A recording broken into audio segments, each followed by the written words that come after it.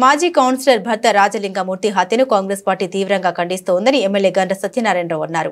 జయశంకర్ భూపాలపల్లి జిల్లా కేంద్రంలోని కాంగ్రెస్ కార్యాలయంలో ఎమ్మెల్యే మాట్లాడారు.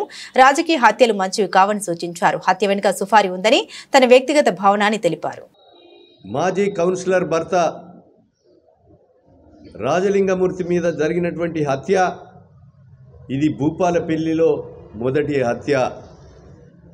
ఇలాంటి హత్య తీవ్రంగా కాంగ్రెస్ పార్టీ ఖండిస్తుంది.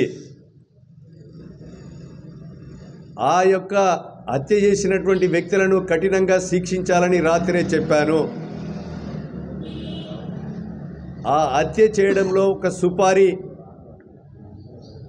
ఏమన్నా పాత్ర ఉందా? దాని వెనుక ఎవరైనా ప్రోత్సహించినటువంటి వ్యక్తులు ఉన్నారా? విచారణ జరిపించాలని కూడా పోలీసుల ద్వారా మేము కోరాం. ఒకవేళ నిజాలు తేలాలన్నా ఈరోజు సిబిసిఐడి ద్వారా విచారణ జరిపించే విధంగా కూడా ఈ ప్రభుత్వం సిద్ధంగా ఉంది. జరిపించాలని కూడా కోరుతున్నాం. మేడిగడ్డలో ఫిల్ చేయడం కానీ, ప్రభుత్వంలో ఇక్కడ ఉన్నటువంటి ప్రభుత్వ భూముల మీద కోర్టులో పిటిషన్ వేయడం కానీ, గతంలో ఎన్నో ఆరోపణలు ఉన్నాయి. ఆ నిజాలు తేలాలంటే సరైనటువంటి విచారణ జరగాలని మా అభిప్రాయం. ఏది ఏమైనా ఇలాంటి హత్యలు, ఈ రౌడీయిజాలు, గుండాయిజాలు, కత్తులతో దాడి చేసి చంపడం,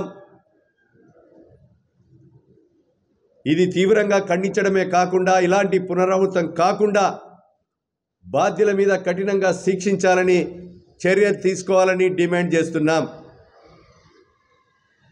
అదేవిధంగా దాని వెనుకున్నటువంటి వ్యక్తులను కూడా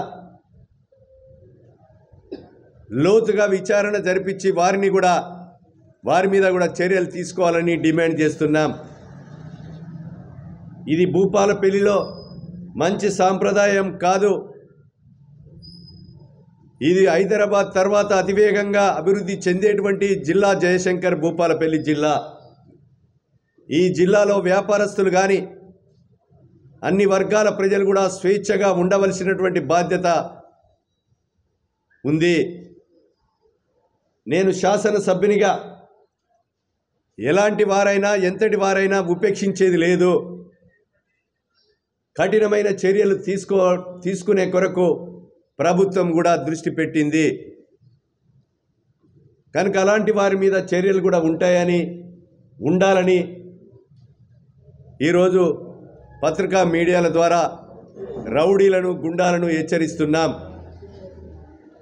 రౌడీ మూకలు, గుండా మూకలు ఇలాంటి చర్యలు ఇంకా పునరావృతం కాకుండా కఠినమైన చర్యలు పోలీసులు తీసుకోవాల్సిందిగా కూడా శాసనసభ్యునిగా నేను విజ్ఞప్తి చేస్తున్నా, డిమాండ్ చేస్తున్నా.